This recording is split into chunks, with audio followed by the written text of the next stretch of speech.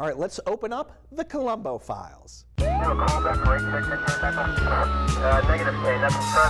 I want to talk, we're looking at a 90s episode of Columbo, and the 90s episodes, as we have discussed many times, not as good as the 70s Columbos, but still some diamonds in the rough out there. Today we're talking about It's All in the Game, which certainly has a stellar cast, as Peter Falk is joined in this one by the great Faye Dunaway as the murderer, as well as her accomplice, Claudia Christian, who I'm a fan of from her days on Babylon 5.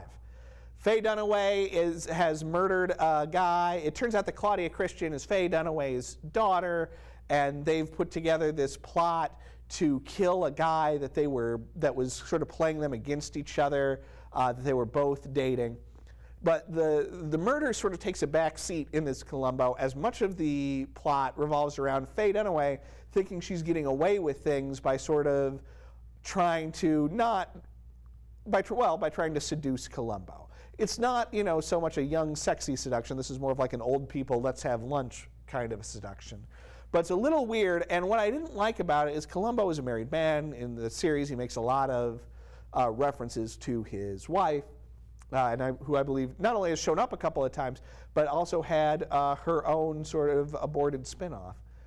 In any event, this particular movie sort of blurs the line of whether Columbo is interested in Faye Dunaway in return. It's certainly in Columbo's character to sort of play along and wait for Faye Dunaway to make her mistake, which is certainly what happens, but it is difficult to tell in this one if Columbo is just playing around or if he kind of likes it. So not my favorite Columbo, but still pretty okay. 2.5 stars.